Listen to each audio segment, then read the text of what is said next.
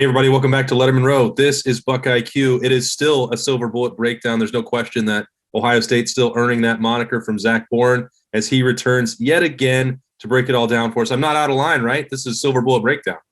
This is a silver bullet breakdown, and this defense has been building on stuff. Yeah, I'm sure Ohio State didn't want to give up 24 points on Saturday night, but man, the defense is making plays when they need to make plays, unlike the beginning of the season.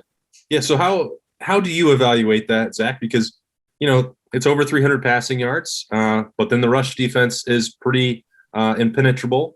You get the turnovers. You also give up 24 points. I think it may look like a little bit mixed bag. To me, I think it's better than some of those numbers suggest. I agree. It's a mixed bag, but I think it's more towards the positive than negative, right? I mean, anytime you have those turnovers, you have another defensive score, the rushing yards. Let's be honest, you win and lose games by the rush, and anytime someone can dominate. Look at Illinois and Penn State 2 weeks ago, right? Illinois dominated the rushing game, and you saw they won the football game. So for the rush defense to be where it is, especially early on in the season, it's phenomenal. And in my mind, you lost your best linebacker in Steel Chambers with the first play of the second half or whatever it might be, right? I mean, in that situation, to still be able to put on the performance that you did, the silver bullet defense is clicking on all cylinders right now.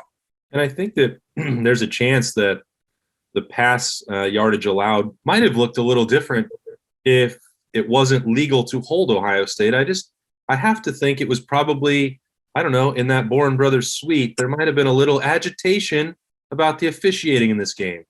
I was waiting for you to tee me up on this one. And the officiating this year in general in the games on Saturday is appalling. It is seriously appalling for the way the officiating was. I'm not even being biased just with Ohio State. The officiating in the Michigan State game, I've seen better officiating on a junior high football field out in Pickerington.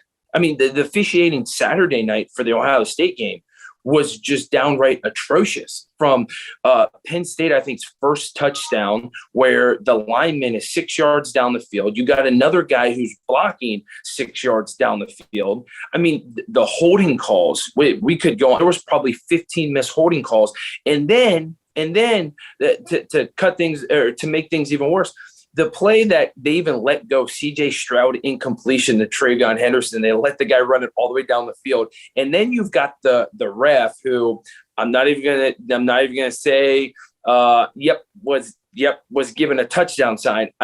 My jaw was on the ground, and there was a couple MFs thrown towards the ref's way. Like, I cannot believe we are seriously watching this in a primetime game.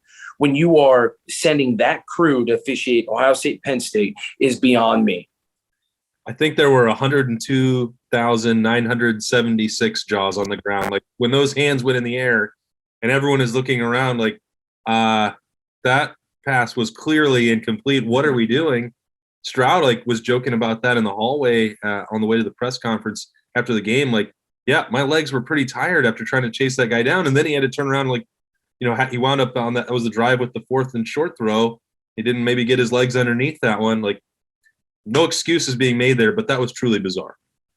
So bizarre. I mean, that's a play that, a 7-year-old at Pee Wee could make. They know to stop. Hey, that was an incomplete pass. Like, why they were letting that go, I have no idea. It's like no one wanted to step up and blow a whistle. Then guess what? No one wanted to throw a flag all game either, with guys that were getting literally held from the back. Like, the Big Ten needs to answer this, because this isn't just a one-game thing where you and I, I'll get on a tangent in the past years where there's just one game where the refs just completely blow it, and it completely baffles you. This has been a whole year thing with Big Ten officiating crews from start to finish. And I don't know the training that they're having. I don't know, because of COVID last year, now that there's a lapse in judgment. I don't know what it is. I don't know what excuses they're going to give. But at some point, the Big Ten and the higher-ups there have to answer some questions about what we've been seeing. All right, I thought I might just get the juice flowing early with breaking down the officiating. Before even getting in to the turnovers, Ohio State forced them that the refs couldn't take away. 3 big ones in the win over Penn State. Zach's going to break it down for us right now. Let's roll the tape. All right, Zach, it was an early test for Ohio State here. They had the fumble early on offense. Jeremy Ruckert defense goes out in the field, a quick change situation, and a pressure situation, get a turnover right back. This was huge, especially with the Ohio State turnover early on in the game. Penn State's looking for anything to gain some momentum, especially a night game here in the shoe. But man, defense, sudden change, right? You're there, you see the offense driving. Next thing you know, fumble. Hey, we need to get on the field. Let's go make a play. Very first play of the game for Penn State on offense. Marcus Williamson, what a great play here. You see Cody Simon shooting. You see Marcus Williamson shooting right here. It's a little blitz that they have. And, man, look at that. Great tackle, great recovery. Defense, this was setting the tone early on in this football game.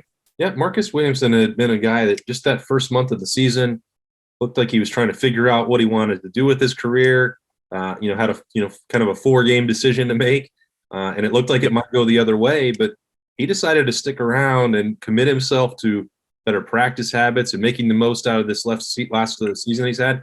And I thought Cameron Martinez was going to be playing a lot more. Marcus Williamson has taken that role back. Yeah, he has. Marcus Williamson has showed out recently. And like you said, especially after last year, the kind of adversity that he was challenged with, to be able to come out this year, not see as much playing time as he wanted to, and then to kind of recommit himself to his craft, recommit himself to this team. He's been showing up the past couple of weeks and been making some big-time plays.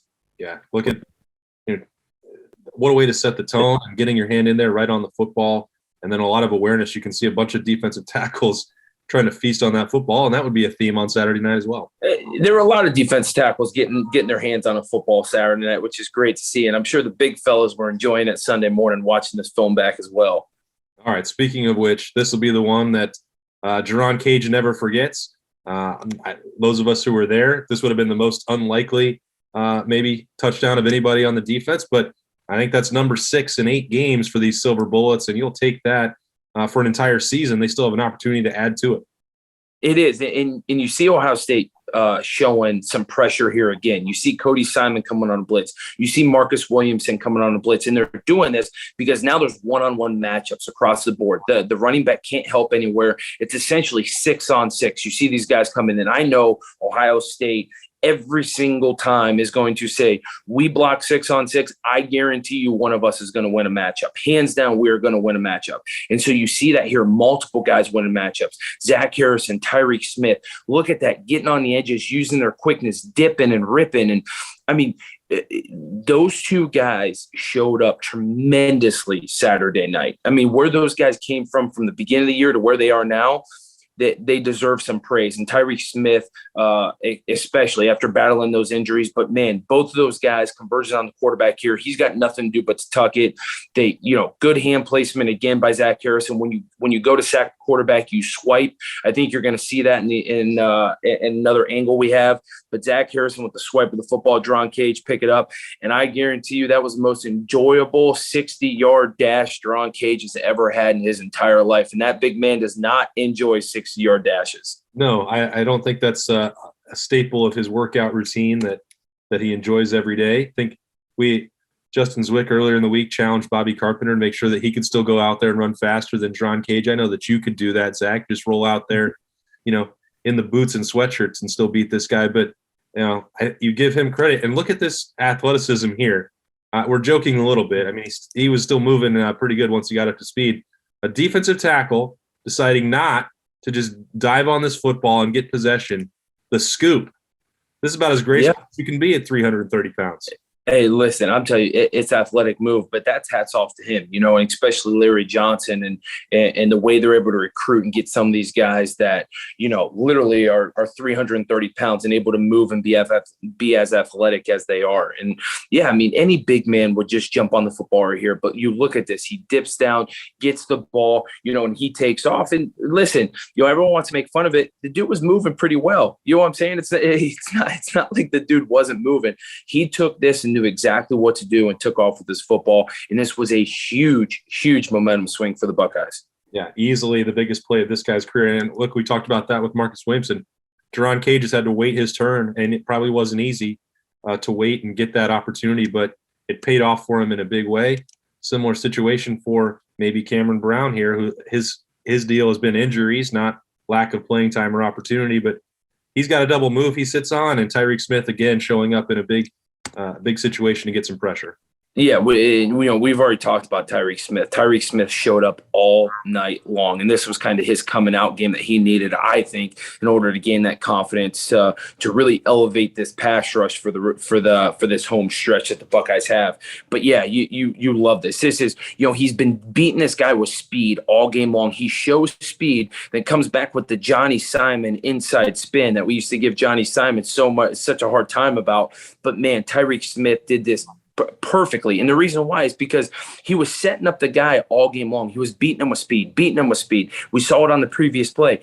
Obviously, the tackle is going to sit hard on the speed rush, especially in this kind of situation. So he does sit on it. Tyreek Smith sees it, sets it up, spins back underneath, and does a great job right here by obviously making a play, staying off the kind of going off to the side, getting off of that roughing the quarterback call that we see now if you put any kind of weight on the quarterback, which is bogus as well from an officiating standpoint.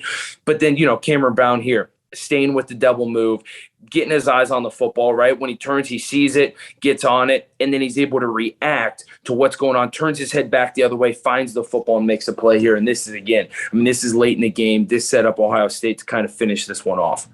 I asked Cameron Brown about this after the game, like the double move. And, this has been the opportunity. First time he'd been healthy really all year. Said that he'd checked this one again on that tip sheet before the game, had seen the film, knew that Penn State would try and set this up. They had that opportunity where they wanted to take the shot, and he does not get fooled here at all. No, he does not. And also, we talk about this defense all year long being, working as a unit. And you see this. Yes, he's on the double move right here, but this ball is underthrown too because of the pass rush, right? And if the pass rush wasn't there, he probably could have launched this ball, and then it's a one-on-one with Jahan Dotson. And Jahan Dotson is one of the best wide receivers in the NCAA, right? But instead, you get a pass rush. Cameron Brown's being able to read and react the play, make a play on this. The only thing he could have done, set up left, set up to the middle of the field, and then come back right. Look at all your blockers. You got Taraj, you got Shaw, you got Lathan Ransom in front of you. You got an escort to the end zone. But man, I know it wasn't me. A guy with speed, I get it. You want to cross the field. You see all the space. Me, I'm like point A to point B. Let's get there as quickly as possible. Give him a little move, make the offensive lineman sit right there, cut back, and then go back to the right. But man, this was huge for the defense, especially at this point in the game. Well, and I think, and I remember writing about this a few years ago, and it may date back all the way to 2012 in your last season on defense there, Zach, but there's only one play for a defense on a return, and that's sideline, right? You just go find it, the nearest one, and you can see Bryson Shaw with Nathan Ransom, those guys, Taraja Mitchell, that's where they're going.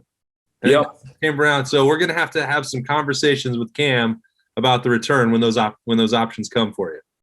No doubt. As a defense, you're like, man, I don't know what it is to block. So normally you just run to the football, right? So if you're a defender, you're like, hey, I see we picked it off. I'm just running to the football, and I'm gonna turn my head and try and hit someone. They don't know to set up any kind of play. They're running towards you, and so guess what? It's a straight line, straight ahead. Let's go. Let's try and beat some people with speed and get to the end zone. And yeah, Cameron Brown, like I said, maybe missed out on a touchdown right here, but to make this play at this point in the game, especially when Penn State was setting up this double move, was such a huge play. Well, if Cameron Brown is healthy and if Tyreek Smith is healthy, we've been talking about those two guys and the difference they make. There's a perfect example of that right now. Ohio State will take the turnover. They don't all have to be scores. They'll take a win over Penn State by any margin as they get ready. They stay undefeated in Big Ten play. Head to Nebraska on Saturday, an 11 a.m. kickoff out there in Lincoln, noon local time. I know Zach Boren will be ready, and I know he'll be breaking it down for us next week on Lettermen Row BuckIQ. Thanks, Zach. Thank you. For Zach, I'm Austin Ward. We'll see you next time on BuckIQ.